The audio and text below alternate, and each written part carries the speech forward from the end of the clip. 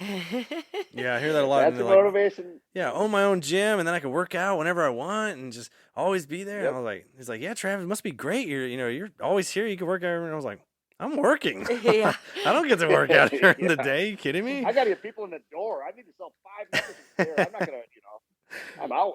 Yep. Yeah. See, I tell people we're so competitive, right? I mean, everyone wants to get in the gym business. I'm like, man, 20, 15, 20 years ago it was pretty gravy, but now it's like you are fighting tooth and nail for every member. I mean, I it is a mean, grind, yeah. right? You've got a lot of Yep. competition coming Oh right yeah, down the Oh street yeah. anywhere that we are. I mean, there's CrossFit gyms, there's your big box gyms, there's your specialty studio gyms. Like it's yeah, nonstop.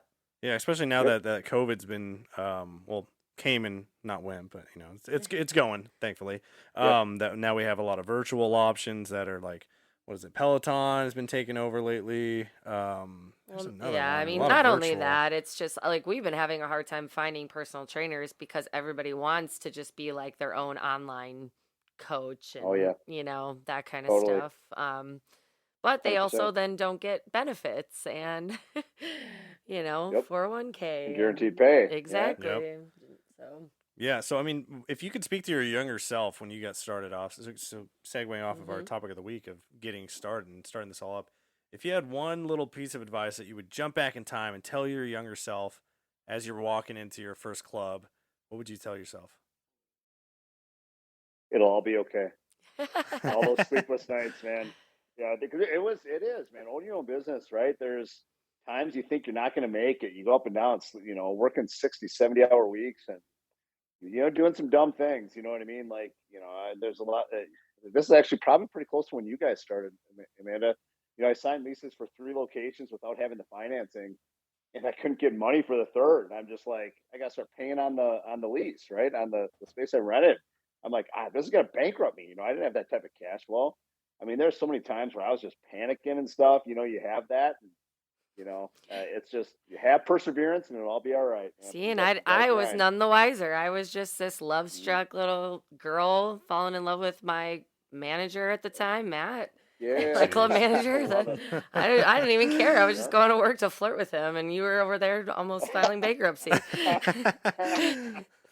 Oh, I was putting your payroll on my credit card sometimes, just so you know. Nice. Man, I tell you, it was Appreciate some tight you. time. You guys got paid. I made sure you always got paid though, right? Yep, that's As long as it's always true. cash. Yeah, that's some crazy stuff. But yeah, that would be it. 'Cause there's a lot of sleepless nights. You stress, all that stressing. I guess you still have it. It never goes away. That's Right. weird, right? Even Yeah. when you're doing great. I mean, you're always thinking, oh, what if? You're always paranoid. I don't know, Yeah. but I guess in the past there was a lot more stressful sleepless nights.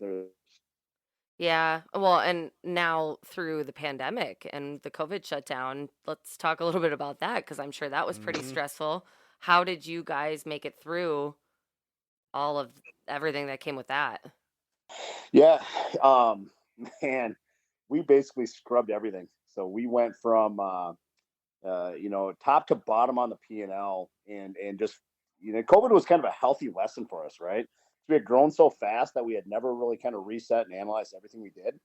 So it gave us the opportunity to like go line by line and just get down to the essential. Mm-hmm. And it was one of the most healthy things that our business ever did.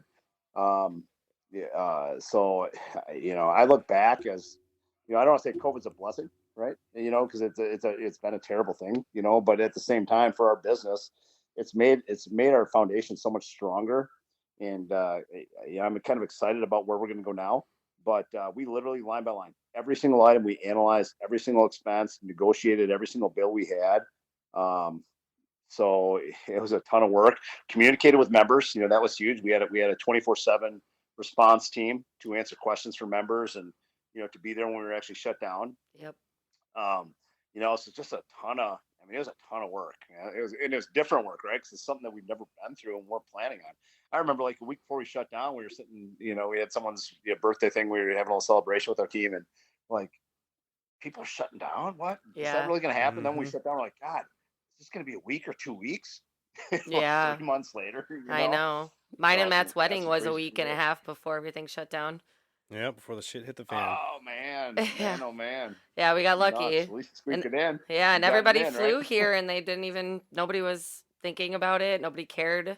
it was like, oh, that's just going on in China. Like, we don't have to worry about it here in the Right? U.S. And And 2 weeks later, the world changed. Isn't that nuts? it is. It's Yeah, crazy. you're fortunate because a lot of people, man, they had to push their weddings back like 2 years. I They got know. Yeah. canceled, just because they wanted to hold them in person and stuff. Yep. Good for you. I know. Yeah. Was definitely, definitely a blessing that we didn't know we had until everything happened. But Yeah, and then everything just Yeah.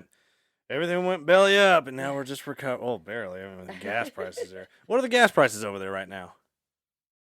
Oh shoot, what are they? 4.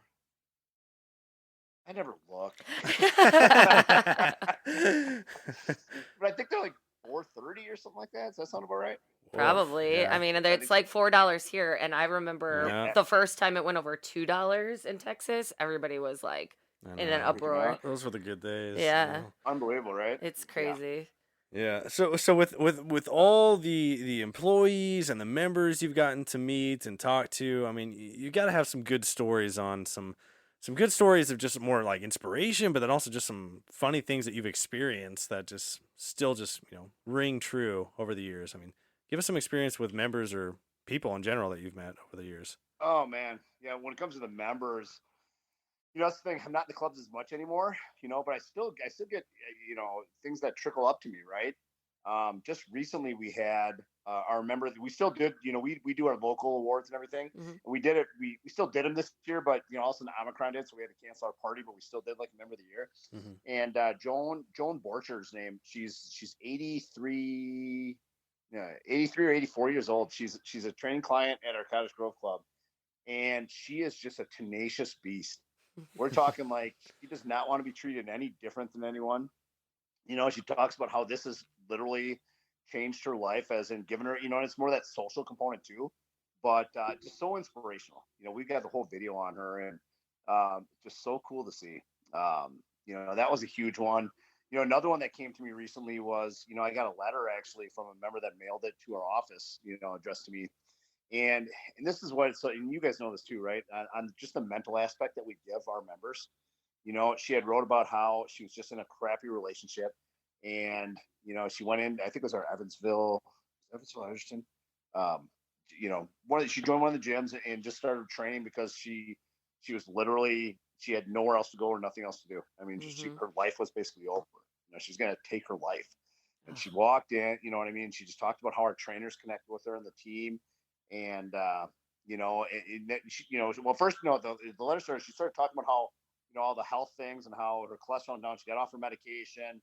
Then she said, but the most important thing. Then she went on into the most important thing was, it literally saved her life immediately because of the mental space she was in with this relationship that had just ended. And so it just shows you how the impact that our people have. Like, we are in a life-saving business. Yeah. A proactive life-saving business. And we're like a second it's family to a lot of these people. we totally are. Yeah. Hmm. That's what that you guys do it, is better than anyone, right? It's, when that's what you got to have, those managers that can do that, and that are all about that, understand that's what it's about, right? Yep. When you become that, your members aren't leaving for anything. They're part of that family. That's half the reason they come to that gym and stay on their program, is because of the relationship, right? Yep. It's awesome. Exactly. Yeah, absolutely. I mean, that's all what we try to do with the club culture. Like, I mean, that's Huge. build a family in the gym, and then they'll just stay forever. They won't leave for anything. So, I mean, we just had a member who tattooed the Running Man on his leg the other day, and he also offered to tattoo our 2103, our club number, on his leg too.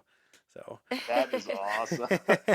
That's one step further. The own location right there. Right? Yeah, no. And then that's the I don't know if I've ever heard of that. That's huge. yeah, no, he That might be a offered, first. and You gotta we're working. submit that up to corporate if he does. He will. He went the next day when he said, and then I was like, okay, now you just got to get our faces on there, and that'll be Okay, but you got to be careful what you tell him, because he literally will tattoo your face on him. Just wait, his body will be a whole shrine to you guys in Anytime Fitness, right? Yeah. Yeah, Well, I'm for it. As long as it's a good portrait of myself. Okay, well, let's go ahead and segue into our Would You Rather. We like to have a little fun. Pick your brain, rapid questions. Would you rather? So, Amanda, why don't you lead us off? Let's okay. shoot us one. We'll go you, me, and We'll see how he does. Okay. So, So we're gonna ask you, would you rather this or that? And you have to answer with the first one that. Fire it off. All right. All right. All right. So, would you rather get an unpickable wedgie every time you try to exercise or work out forever without being able to use headphones? I'll work out forever without using headphones. Half time I got to talk to members anyway. I can barely listen to music, so I'm used to that all day long. okay, would you rather never again have a pre-workout or never again have a post-workout? Never again have a pre-workout. Okay. Solid. Post-workout, that's the repair, man. Pre-workout's just fake energy. Yep. Oh, yeah. I'm okay with that. I like it. All right. Would you rather forever work out at a gym where no one showers or uses deodorant? Or would you rather forever work out at a gym that only has treadmills? Oh God, I'd have to have nose plugs, but it'd have to be the shower and deodorant. Man, I gotta lift. I knew it. Gotta lift. All right, this is a good question. Speaking of that, would you rather just going forward always have a personal trainer whenever you want to work out, or always have a personal chef every day? Personal chef.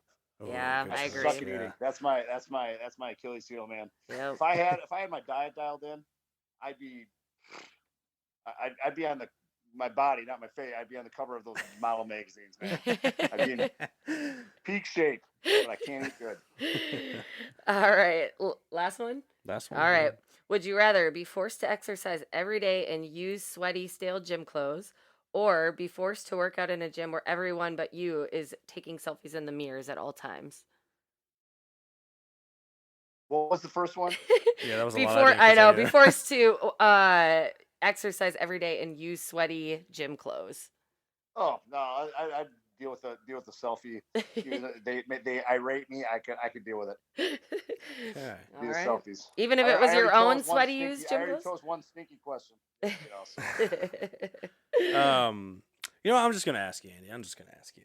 So we have an all. You sound like you're a pretty big lifter. You got to have your weights in your life, so you know the benefits of deadlifting and squats. You know the most important ones. So big question. We ask this every now and again just to see what would you rather do? Would you rather poop your pants on a squat or throw up after a deadlift? throw up after a deadlift. Thank you. Thank you. Easy one. That's easy. You I throw think up, it's you easy. wipe it, Stop. You go. You crap your pants, man. That's a process. You got to go change, come back out. Yeah, but if nobody knew, No, if no. nobody knew that you pooped your pants, Everyone would know. like, If I poop my pants, I think everybody would know. what if it was just a little bit? I eat a lot of protein, and a lot of food. Oh, Lord. Okay. She's just trying to defend. The first time me and her sat down, our very first episode, she chose the poop, I chose the deadlift, and she tries to get everyone on her side, and it never works. No one wants to do that. Barfing after a deadlift, that you should be proud of that. Yeah, absolutely. Crapping your pants, like, oh shit. Literally, yeah, literally. Stop. Okay, something else. I mean, that I want to ask you too is, has there ever been anything crazy that's happened at any of your clubs? And I'll give you an example. I know we made. I remember it was a long time ago, the Leander Club, when someone had accidentally put their car in drive and drove straight through the front of our gym. And I remember that too because also we made national news because I saw it on our Snapchat stories. Snapchat? Yeah, Snapchats. Yeah, Snapchat stories. You're going worldwide. I was like, oh, hey, that's our club. Has anything ever crazy happened like that with one of your clubs or anything like that? We've been pretty fortunate, like crazy. Like we had someone, run into one of our clubs. Oh, well, we just had a door rip off of course, it's got to be a Sunday night or Saturday night, 3 a.m. There's heavy winds. The front door ripped off our Evansville club last Sunday. The door right off. All of a sudden, I got the Evansville Police Department calling me at 3 a.m. saying, "Yeah, your front door is ripped off your location and it's wide open and it's raining in." I'm like, "Oh, crap!" So that's a recent one that's happened. Luckily, we've been pretty, catastrophe proof up here. That's good. Without a doubt, we've had some crazy things happen, some weird crap happen in our gyms, as we all do. Some of those weird kind of stories that but yeah, nothing too going crazy. down. Yeah, well, I mean, something I always like to ask everyone that I get a chance to talk to and have on the show is if you have a new member just like sitting in their car outside of one of your clubs and they're just like looking at the gym and they're like, man, they got something holding them back. They're like, man, either they had a bad experience at a gym, bad experience with a coach, They've never been into a gym in their life. They're super intimidated. I mean, what would you want to tell that person who's having that hesitation on coming in your gym and getting started?